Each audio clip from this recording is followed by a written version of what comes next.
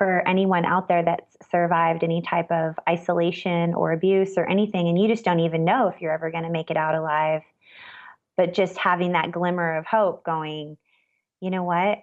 I'm going to make it. I know I am. I don't know what it's going to look like, but I know I'm going to make it. The only way through your pain is through it. You can't go around it or over it or under it, because it will pop up and smack you in the face right when you're in the middle of something that you think you're doing great at. I'm Athena Moberg, and I share hope. Welcome to I Share Hope, the podcast where world leaders share their real stories of hope and how you can use actionable hope to start changing your life today. And now, here's your host, Chris Williams. Athena Moberg, I can't thank you enough. You and I have talked before this moment, so you really know I mean that. I thank you so much for spending your time with us today. So you've done a lot that's inspired me and thousands of others just watching along in the story that's developing around you. And you've created this thing called Trauma Recovery University and hashtag No More Shame.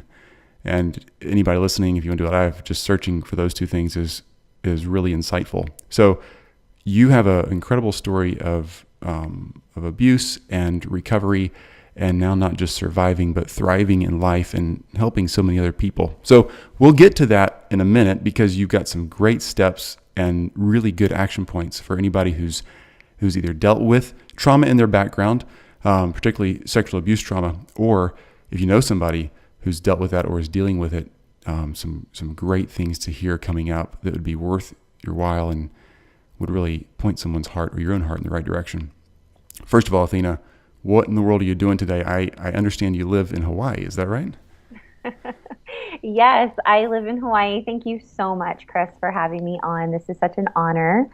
I live in the beautiful island of Maui, and it is about 74 degrees out, and the trade winds are blowing, and I have a view of the ocean and the islands. And well, that's about it for our episode. I'm sorry, that's all we need to hear. We're not gonna wrap it up.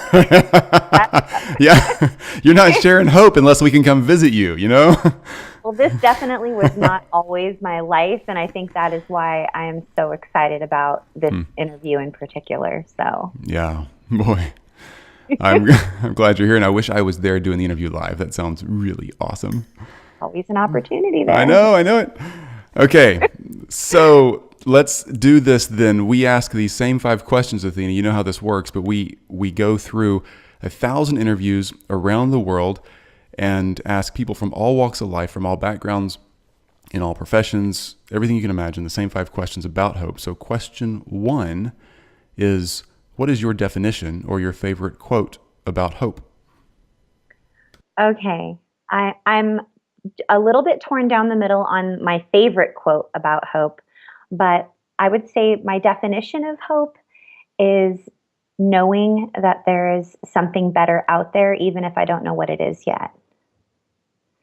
And for anyone out there that's survived any type of isolation or abuse or anything, and you just don't even know if you're ever going to make it out alive, but just having that glimmer of hope going, you know what? I'm going to make it. I know I am. I don't know what it's going to look like, but I know I'm going to make it. And what inspired me to even think those thoughts, I have a favorite scripture. It's Jeremiah 29:11. I'm sure that other people, if there's 1,000 interviews, more people than me have probably said this, but the scripture reads, "For I know the plans I have for you, says the Lord, plans to prosper you and not harm you, plans to give you a future and a hope." And I feel like that scripture was written specifically for me. Wow. That's a sweet verse, and I'm really curious to hear how that plays out in your story, because, and I'll let you get into that on your own, but you know, there's people who are really going through tough times, as you have. It's hard to see that when you're right in the middle of it. You think, yeah, maybe if he could have prevented this stuff, that would have been the most helpful thing he could have done. So I'm not trying to stack the deck one way or another in this argument. There's no argument here. I just think it's a really powerful verse. And a lot of people do say that verse that I've talked to in the past, and I think it's an interesting one to hear more about. So question 2, with your definition of hope, and that verse being a hinge point for that. Who has shared the most hope with you in your life? Well, interestingly, it's not one particular person, but it is one particular time in my life, like a series of events in a chronological time. For instance, I was 14 years old at the time, very impressionable age, living in total isolation, away from healthy people. And there was a lot of abuse and a lot of things that weren't going very well. And I didn't think very good thoughts about myself. I didn't believe in myself. And I was on that hamster wheel, trying to do good in school and be a good person and have friends and all these different things. And no matter what I did, it just didn't seem to be good enough. And that was sort of compounded and confirmed for me by certain family members. And that is what made it a little bit more painful even. Add on top and, with the sprinkles on top with bullying and everything else that goes on when you're a child. And when you're at that age, when you're like 8th, 9th grade, I mean, it's just painful. It's a hard time to live through. And all within 1 week, my literature instructor at school, her name was Gail Leonti, and she's still a teacher to this day, and she just got some sort of award, I heard. She pulled me aside one day after class, and she told me that I was a really good writer and that I was gifted and talented and smart. And I had never heard that before. I had never heard that I was gifted and talented and smart. And that was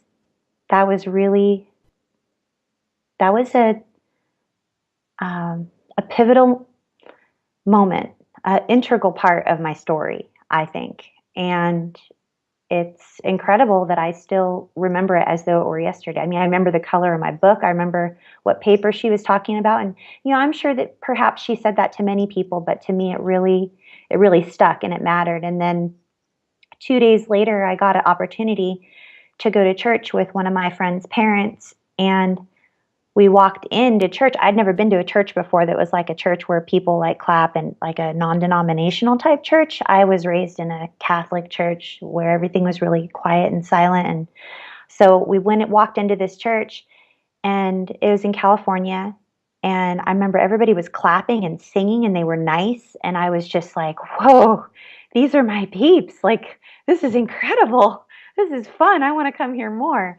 And the pastor that day, his name's Greg Laurie, he was talking from the pulpit, and he said, no matter what anybody says about you, no matter what you think about yourself, none of that even matters. It's what God thinks about you. And he says that you're special, and he says that you're uniquely gifted and you're talented and you're smart, and that he has a future and a hope for you. And he goes on to say in Psalm 139 that you are fearfully and wonderfully made in his image, and that he knows every day of your life and what's going to happen every single day before you're even born. And he knows you so intimately that he can count the number of hairs on your head, and the good thoughts he has about you outnumber every piece of sand on every beach in the whole world. And I was just like stopped, like every person in like that whole place was gone, and it was just me. And I swear I just started crying, and I was like, oh my goodness, like I don't understand that. I've never heard that before. No one ever told me that. And that was the day that I think I had faith. And faith, as it says, well, it's pretty common, but I really lean on this. Faith is the substance of things hoped for and the evidence of things not seen. And I couldn't see a way out from what I was living through or going through at the time. But I look back on that now and I'm like, yeah, you know what? That's true. There is going to be a way out. I don't know what it looks like. I don't know how it's all going to play out, but all this is going to be used for good somehow, and I'm going to get out of this one day. Wow. Okay, then I'm just going to roll into question 3. Tell me about a time or what was going on back there. Paint that picture and give us the story of what life was like when you were at a time where hope wasn't one of the things you were really using a lot and you were getting hopeless. And what happened? Because you seem like you're doing really well today. I mean, I am. It's been a lifelong journey of recovery from childhood trauma, but I am doing very well today. And I do lean on my faith a lot. And I do lean on that quote about hope a lot, because even if I don't have it all figured out, God says he has a future and a hope with me, and his plans are for good. So I really have learned to just trust that. But I will paint a picture of what it was like when I was younger, during that time in my life when I was a teenager. My parents split up when I was young, and my mom had remarried a few times, or a couple times at this point. And the people that she was married to, they were very isolating. They lived in, places where there weren't a lot of people, there was just a lot of isolation in my life going on at that point. My mom, who's a beautiful, wonderful woman, she really is, and we do have a relationship to this day, and I have some really healthy boundaries in that relationship, but we do have a relationship. At the time, she was just coming out of being really, really heavily involved in a lot of drugs and alcohol, specifically a lot of cocaine and addiction. And there was a lot of abuse in my home. There was a lot of domestic violence, a lot of blood, a lot of weapons, a lot of police activity. And it was horrible, horrible, horrible. I wouldn't wish it on my worst enemy in the whole world. And at the time, I just was hoping that something would happen and my mom and I would get out and we would get away. But it didn't happen that way, and that's okay. But it was very scary. And I would call my dad in the middle of the night if the phone was like still attached to the wall at that point, because it was kind of like, it was scary. There was a lot going on. And my dad would come and he would rescue me, and he would, take me to his house, which was like 30, 40 miles away, but he would like literally come in the middle of the night. So it was this cycle. It was the cycle of things would blow up. There would be blood or weapons or cops or whatever. And then there would be the I'm sorries and everything's going to be okay. It's going to get better. And then there would be the silence, which is scarier than anything. And then the abuse would start again, and it would just start over. And it just kept happening over and over and over for so many years. And it was very scary and it was horrible. And no matter what I did, it wasn't good enough. And I wasn't allowed to go to people's houses or birthday parties. I needed to work outside in the hot sun and pull weeds and do yard work and sort of pull my weight because they provided a roof over my head. That's what I was told, that I should be grateful for the roof over my head. And it was, now that I'm an adult looking back, and I've had clients and I've spoken with hundreds and thousands of people over the last few decades, I know now that those are trafficking. And that's like a trafficking environment. You're used as a laborer. You're exploited. You're sent out to do things for people, whether they be sexual things or physical labor things, or you're used as a charm to get someone's attention. And that's the type of environment that I was raised in. It would go, bad, and then things would be okay. But it is a cycle. So that's where I was in my life. And when that teacher, Miss Leonti, told me that I was smart and that I was talented and I was a good writer, it gave me hope that I could do something good someday. And then when I went to church and all that sort of, was said to me again, I thought, well, gosh, this isn't a coincidence. Like, I need to just hang on. I'm going to get out of this. I just know I am. And so I just sort of, I just wanted to do the best I could to make it through what I needed to make through so that I could move out and get on with my life. So it was difficult. There was a lot of abuse, a lot of bullying, a lot of drugs, addiction, all kinds of crazy stuff. But I feel like God strategically placed people around me at that time in my life to encourage me. And I am still in touch with that family that took me to church that Sunday. They come and visit me here in Hawaii. And when I'm on the mainland, I go and I visit them, and they're like the parents that I never had. They're like, if you could pick your parents, those are the parents that I would pick. And that's, their names are Chuck and Lynn. If they're listening, they might listen if I tell them to listen in. So that would be awesome. I'm sure they will. So how old are you when when all of this starts, or is this just as early as you can remember? Yeah, yeah, it was not good. It was not a good situation. My mom wasn't raised in a real positive environment, and she didn't know that she had the tools available to her to make different choices, and so she didn't make healthy choices. And she, you know, I'm 41 years old now, and when I was 40, I had a conversation with my mom on the phone, and she said, "I'm so sorry. If I would have known how bad it was, I would have tried to get us out sooner." And then Wow. she skipped to another topic of conversation, and I said, "Whoa, whoa, whoa, whoa, wait, back up. I've waited my whole life for this conversation. Can you please say that again?" Hmm. And she cried and she said she was sorry. And I had already forgiven her years and decades before that, but it was just special to hear those words out of her mouth. Yeah. Um, it was really special. So it was bad from the time I was born, and it just got worse all the way until uh, I moved out at 17, and I was, married at 18. I had my son when I was 19. I was a single mom, and Hmm. but yeah, it was bad the whole time, but it's great now, and it just keeps getting better. Hmm. So Wow. So when you were going to church and you met this new family that is listening in now, I'm sure, and you're going through that process, how long after you started seeing some hope in that family or in the church you were attending, the community you were starting to engage in, how long did it take for you to get out? Was that at your 17th year, or was that like years earlier? well, I did see hope in that family, the Vogels.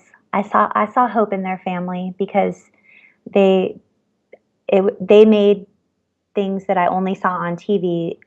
They made it real. Like I could see that they really liked each other and they were kind, and they weren't one way one minute and then change it up the next. Like they really were who they said they were, And that's not everybody has that gift. Not everybody gets to meet people like them. So I did see hope in them. Unfortunately, I came home super excited to share this hope, and I was shut down abruptly. What the heck are you talking about? You're Catholic. Get outside and pull some weeds. Wow. Wow. I won't use the expletives that were really used, but yeah. Oh. So I sort of it's so funny that song, "This Little Light of Mine." I sort of hid my light under a bushel, is what I did. It might have been the only way to keep it alive. Yeah. So I did. I sort of hid my faith for a while, and I would, sneak outside at like 6:30 in the morning on a Sunday, and they'd pick me up at the end of my driveway. And they reminded me recently of a time that there was one of my family members chasing the car, screaming at me that I wasn't allowed to leave, and they were they were looking in the rearview mirror and they said, "Whoa, who's that coming and running and screaming?" And they said, "Do you want us to stop the car?" And I said, "No, drive, drive, drive." Wow. Yeah, I was like, it wasn't like I was running away from home. I wanted to go to church. That's a pretty gutsy move on their part, because they had to be thinking, man, I could get picked up for kidnapping on Yeah, this one. right. I know. Wow. But I was like, no, no, no, drive, drive, just drive. And so, it was a long time. It was a few years before I actually got to move out. And I don't have very many regrets in my life at all. I have very, very, very few. I can probably count them on one hand. But one of my deepest regrets that I do have is that I did not lean more on my faith and just trust that God did have it all sort of figured out. I wanted to fix it all on my own. I wanted to run on my time clock. I sort of hid my light under a bushel and forgot about it. And I went out there in the world just trying to figure it out on my own, just knowing that anything away from this house must be good. But that's not really the case. The case is that, the truth is that there aren't really a million different ways to do things the right way. There's usually only one or two or a few right ways to do things. And if you're really looking at it, you gotta really think about making healthy choices, having healthy boundaries, and surrounding yourself with healthy people. And it wasn't until I was much, much older, and my son was probably about, I don't know, about 8, 9, 10 years old, until I really started making really healthy choices. I mean, he was never abused like I was. He was never exploited or beaten, or he was never didn't experience the same abuse that I experienced. But I was an ill-equipped teenage mother who didn't have anything. I mean, I was just reinventing the wheel every day, saying, I know I don't want to be like that, so I'm going to do whatever the opposite of that is. And that's reinventing the wheel every day.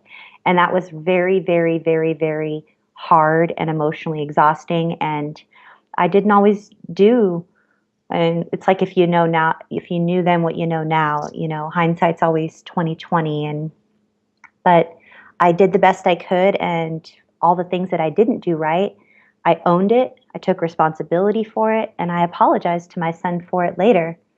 And we have an excellent relationship, and he's forgiven me for the mistakes I made when I was a teenager, and even the mistakes I still make every single day. And we have a great relationship with open communication and healthy boundaries, and we're very respectful and kind and courteous and other-centered. And he has an amazing wife, and they are just two of the most beautiful human beings I've ever met in my life. I'm so blessed to know them. And so, yeah, I mean, good things do come from horrible situations like that, but it definitely wasn't until, it took a lot of years. It wasn't just me getting out of that situation 3 years later from then. It was actually a long process of, addressing my stuff. You got to really, the only way through your pain is through it. You can't go around it or over it or under it, because it will pop up and smack you in the face right when you're in the middle of something that you think you're doing great at. So I'm still in recovery. I will probably always be in recovery from childhood sexual abuse and all of the other flavors of abuse that I endured. But every single day I'm making progress, and I'm grateful for my recovery, and I'm grateful for my faith, and I'm grateful for the hope that I have and that I get to share with others. So you're rolling right into question 4, which is, how are you sharing hope today? And I've mentioned a few of those things. You're doing a lot of hope sharing, not just with some great phrases or slogans that you might put out there in social media or something, but you're actually engaging with people who are in this healing process. So how are you sharing this hope and leading people forward? Wow. That is a loaded question, and I know that this is a timed interview, so I will be as brief as I can. You're welcome to introduce question 5 at the same time. It may be helpful with your background, because question 5 is, how can we, the listeners, grow in hope, or begin to share hope? What are those simple ABC steps? So you're welcome to weave those two together or separate them out, either way you like. Wonderful. Oh, this is awesome. Okay, so the question being, what are some of the things I'm actually doing to invite people to partake in hope? And I want to preface all of this with, I am so grateful to be alive. I am so grateful that when I felt like I just wanted to die, that I didn't succeed at that. I'm grateful that even though I had suicidal thoughts and that I was so lost in all of this pain and what's wrong with me? Why was I treated that way? Why was I treated, the way that I was treated? Why isn't my life something that's beautiful? I just want to die, even though I was thinking those things, and I was even plotting and planning in my head, well, if it was an accident, then everything would still be okay, right? Then nobody would blame me. And then if you're going down that road right now, people think those thoughts. They think, well, if I died, no one would care. If I wasn't even here, no one would even miss me. And I am here to tell you right now that you are wrong, because I co-lead a lived experience community through social media with my amazing partner, Bobby Parrish. And we have what started off with 3 girls in a Twitter chat has now grown into a global community where people shared their lived experiences through triumphing through abuse, neglect, eating disorders, suicide, self-harm, addiction, you name it. and we talk about it. And it is a non-judgmental community. We have several private secret Facebook groups. We have 2 live Twitter chats that happen every single week on Twitter. We have a 3rd chat that also has a video component with it. You can watch us live on Google Plus Hangouts on Air, which goes straight over to our YouTube channel, which goes straight over to our RokuTV channel. And that's every single Monday, 6 p.m. Pacific, 9 p.m. Eastern, and it's Trauma Recovery University. And you can send me a message from anywhere in the whole world on Twitter, anything you need to say, by using the hashtag #NoMoreShame, and I will find you. And you can put my Twitter handle on there if you want, and it's just Athena Moberg, the little @ Athena Moberg. You can have an anonymous Twitter account that says that your name is Goofy on a skateboard or whatever your name wants to be. I don't know. But you can send me a message 24/7, 365 using the hashtag #NoMoreShame, and I will find you. And myself or my partner Bobby or someone on our team will respond to you. And you're not alone. No matter what you've been through, no matter if your parents are abusing you, whether it's sexually, physically, mentally, emotionally, whether you're in a domestic violence situation, and you're being financially abused, or you're being kept in isolation, or if you have had an abortion, or if you are in the middle of self-harm, or if you have harmed another person and you feel hopeless, you are not alone. You could never shock us. You could just share with us your story, and I guarantee someone in our community is going to go, wow, me too. No way. I thought that was just me.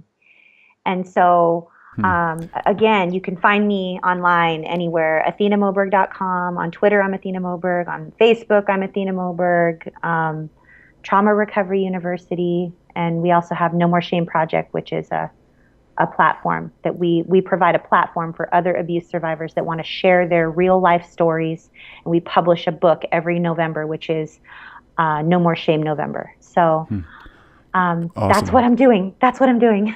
It's fantastic. And just to follow up with that, there's so much shame and isolation in so many of these issues. And for me, going through cycles of suicidal tendencies in my past, the question is always in my head, well, is there anybody else dealing with this? I think I'm the only one, and I wish somebody was out there talking about it. I wish somebody was talking about that wasn't just a PhD that did a bunch of research, but was like, for real, here's what I'm going through, and here's how I beat it or how I'm dealing with it.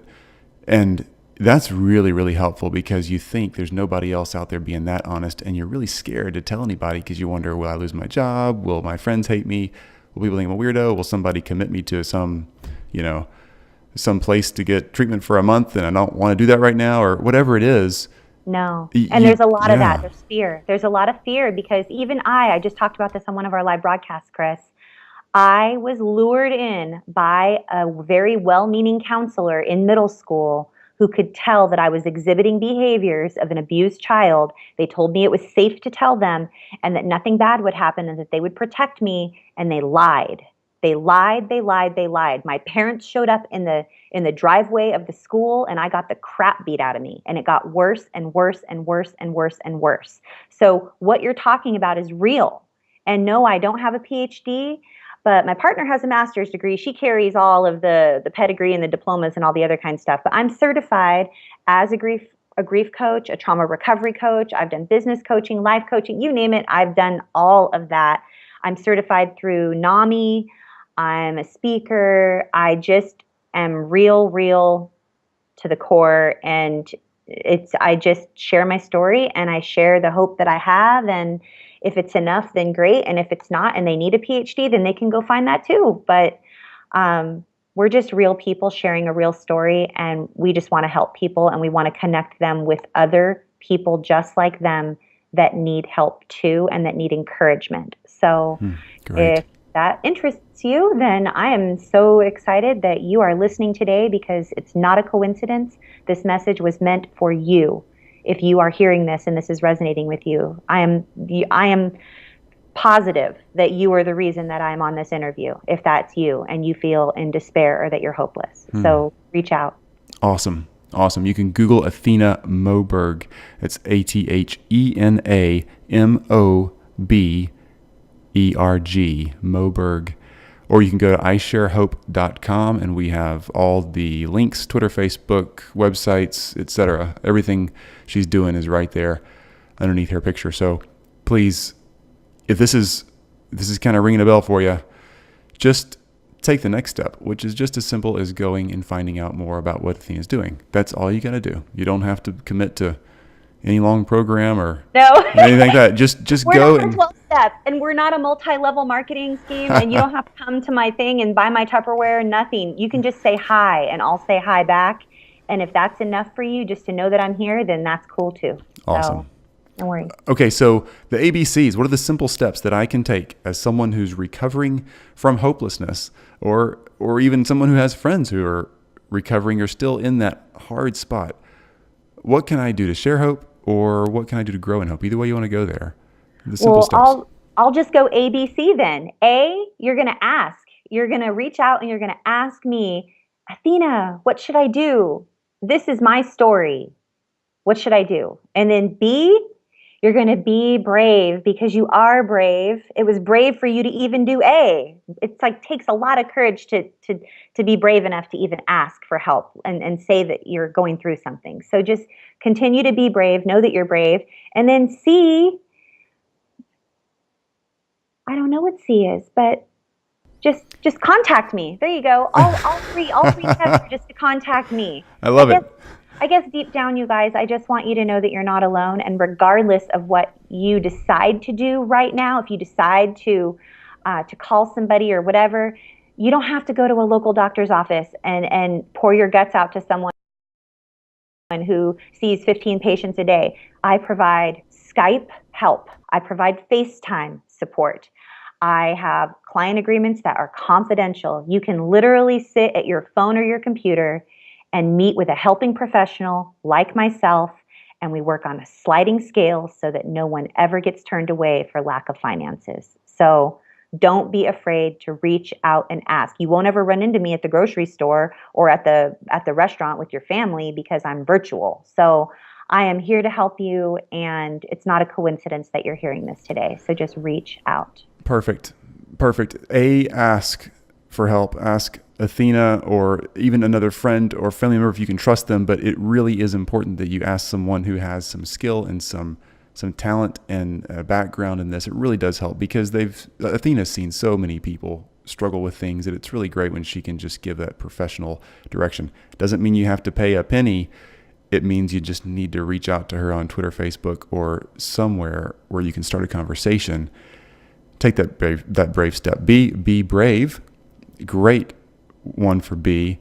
It is super brave, and you're going to need that bravery. So just know that you are brave. The fact that you're listening to this right now and haven't already turned it off is probably pretty brave. It really is. And I agree. C, you can contact Athena, but I'm going to go with another C since we're part of this community. This is the beauty of being in a community. You get multiple views of this. I would say continue. And that continuing is hard, because you think, oh, I did it. I talked to Athena. I was brave. And well, next week it might be hard again, or tomorrow, or next month. This thing goes in cycles when you're healing from something. So continue. Just don't stop. Keep taking baby steps forward, moving on a little farther. Yeah. It's so worth it. Just don't give up, you guys. Don't give up. Just accept the fact that it's time to recover from whatever it is you've been through, and know that your recovery is a journey, and it's a beautiful journey, even though it's hard. Yeah, it is.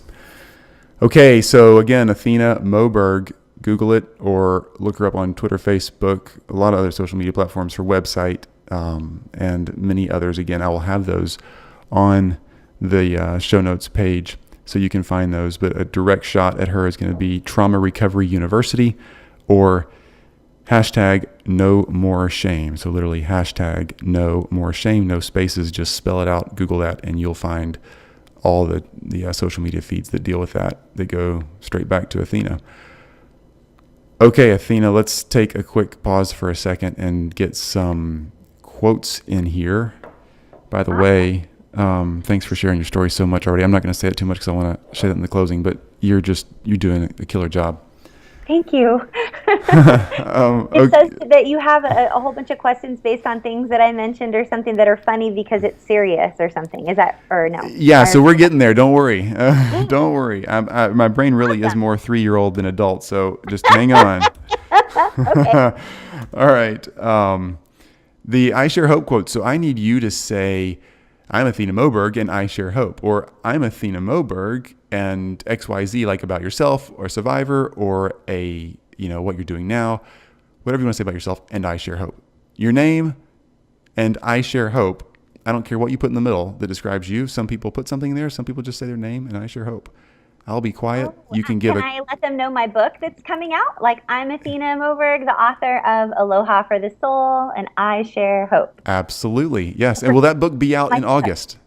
It's not going to be out in August. It will be coming out soon, so I'll say soon. Okay. That's great. Yep. Do Okay. whatever you'd like there. Yeah, that sounds good. I'll be quiet. I'm going to put it on mute and let you go after it. You're welcome to try once or 10 times. Doesn't matter to me. Aloha. I am Athena Moberg, author of the upcoming book titled Aloha for the Soul. It will be available on Amazon and in a bookstore near you in 2015. And I share hope. That's great. Now give me one with just your name and I share hope. Okay. Aloha. I'm Athena Moberg, and I share hope. Perfect.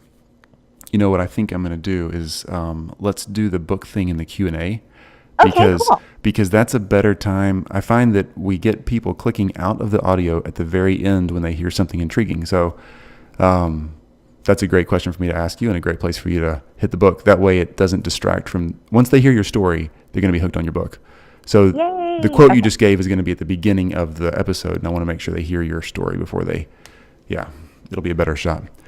Okay. So Athena, questions. I just love asking these questions. So first of all, you have a book coming out. It's not out yet, right? Have you ever written a book? Is this your first one? And where do we find it? Well, this is my first book that I am the only author in. I have been featured in several different anthologies and in other people's books, but this is my first book that is just the one that I've written. And it is titled Aloha for the Soul, 5 Simple, Powerful Choices That Will Change Your Life Forever. Wow. That's a good teaser. Can't wait to hear the 5 simple choices. Aloha for the Soul, the fall of 2015, it sounds like. And we will, or late summer, sometime in the future here, coming up soon. All right. We'll look for it. Once we find it, please send me a link so I can put it on the show notes page here. It'd be awesome. Absolutely. So you're in Hawaii. You must surf and play the ukulele, right? Isn't that what everybody does? Everybody asks me if I surf, play the ukulele, swim with dolphins, and drink pina coladas in the sand. The answer is no. I used to surf, but I got hit in the head and it sort of freaked me out, and I don't really surf anymore. I have been trying to learn the ukulele, and I definitely have it as like a bucket list item, but I don't play the ukulele yet as well as I would like to. And no dolphins? I have swum with dolphins, actually. Oh, yeah. And turtles. I swim with turtles a lot. Oh, my goodness. That's awesome. Wow. All right. So your voice, I don't know if you listen to your voice much in playback on audio, but you have like the cutest voice, and you sound like you could be a voiceover for like cartoon characters or Pixar movies, or like those voices that make you smile when you hear them. Have you ever done any professional voice over work, like acting? I have. That is hilarious. I have no idea. I'm just going for these questions, right? Really, honestly, I didn't have any clue. I don't know where you're going with this.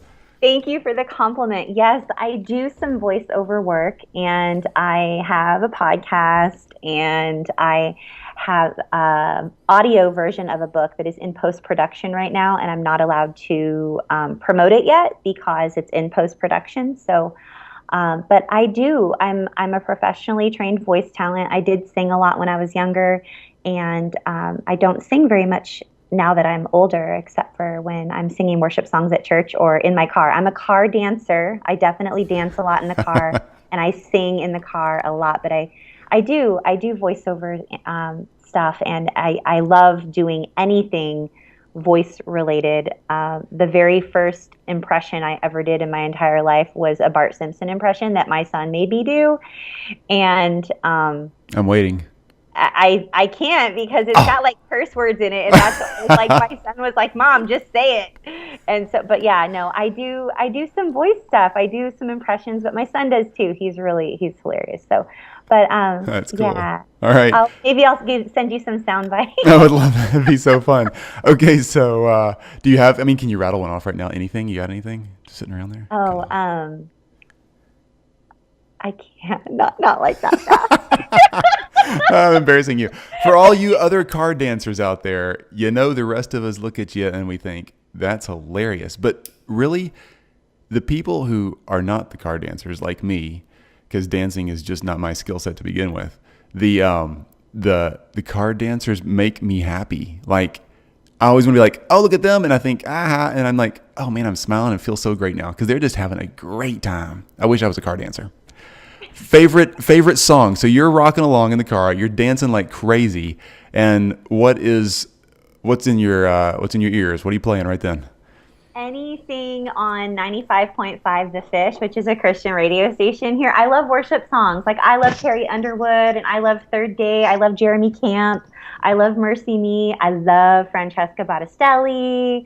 Nice. But I'm kind of I was raised by parents who are hippies, hence like you already know the lifestyle. Hello. Like my parents were total hippies. They were into drugs and rock and roll and everything. And so I was raised on like Pink Floyd and the Eagles and and the Doobie Brothers, and I mean I have mass music trivia knowledge. I blow my husband's mind because I know like so much about the different like 70s music. 60s and 70s music is probably like if I had a 60s 70s music trivia, I'd probably dominate. So that's really far apart in the genres there. You got the Christian radio station and you got Pink Floyd. All right, so give me a 60s, 70s track, the favorite song in that genre, favorite song in the Christian music genre, and then we'll wrap it up. Okay, awesome. Okay, so probably one of my favorite Christian music genre songs is the Carrie Underwood version of How Great Is Our God. Awesome. And she played it with the guitarist, and I'm failing at remembering his name right now. Vince Gill and Carrie Underwood's live version of How Great Thou Art, or is it How Great Is Our God? How Great Thou Art. How Great Thou Art. Awesome. That's probably like I'll look it up. Never heard it, but both of those are great talents. Yeah. It's so good. All right, now go back to your hippie roots. Okay, one more Christian plug, and that is, look, if you go on YouTube, type in Jesus Culture. All right. And everything they do is amazing. It's usually live stadium type stuff. They're Cool. just super duper awesome. Okay, so back to my hippie roots. It would be a cross between Pink Floyd, Wish You Were Here, and Eagles. The Eagles song that they sing about Lahaina, which is where I live. I live in Lahaina, Hawaii. No way. I do. So they sing a song, and it's called, gosh, I'm like singing it. We can find it. It's on the Hell Freezes Over album. Okay. So Christian. How Great Thou Art and Hell Freezes Over album. You got it. Quite a dichotomy going on there. It's called, oh, you know what? I got to look it up now because it's going to drive me a little bit crazy. Okay, so it's Eagles, Lahaina. I think he starts it off saying like this. You've heard about how the West was won. This is how the West was lost. Oh. So let me see. Eagles. Didn't Google great. Lahaina. Leave it all behind. Sail to Lahaina. Darn it. I don't know the name of the song. It's going to drive me crazy. Yeah, you're going to think of it in the middle of the night. I am. Dang it. Okay. Well, I'll figure it out. But yeah, those are my two. Those are probably my top two. Awesome. Those are great. I love them. Thank you for educating us on the finer points of your genres.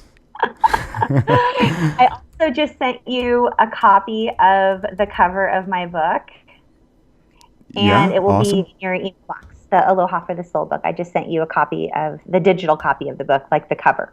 Great. Great. Okay. Is it by any chance The Last Resort? Is that the Eagles song? Yes, thank you. Oh my gosh, it's the last resort. I'm just Yes. saying that if we go back and play some movie trivia or some 60s and 70s trivia on some music, you're going to have something to watch out for there because Apparently, I just got you. would always get that. You got me. I normally have it. Maybe it's because I'm in an interview. That's All what it right. is. Athena, super fun to talk to you. Thanks for sharing your story, your heart, what you're doing, and some really simple ABCs that we can follow, along with some great music selections. I can't wait to talk to you again, and I can't wait to see you on social media. I'm sure we'll be chatting there as well as carrying the conversation forward once people get an earful of what you have to say. Absolutely. It's been a pleasure being on this broadcast, and I just can't wait to see what the I Share Hope project does and just how many people we reach globally. So I'm honored to be a part of your broadcast. Thank you very much. Enjoy the rest of your day. Thank you so much, Chris. Aloha. Aloha to you. Bye-bye. You've just listened to I Share Hope. If you're ready to make a change, head to our website at isharehope.com and claim your free copy of the Top 10 Actions of Hope from World Leaders to use hope in your own life. Thanks for listening, and we'll talk to you next time.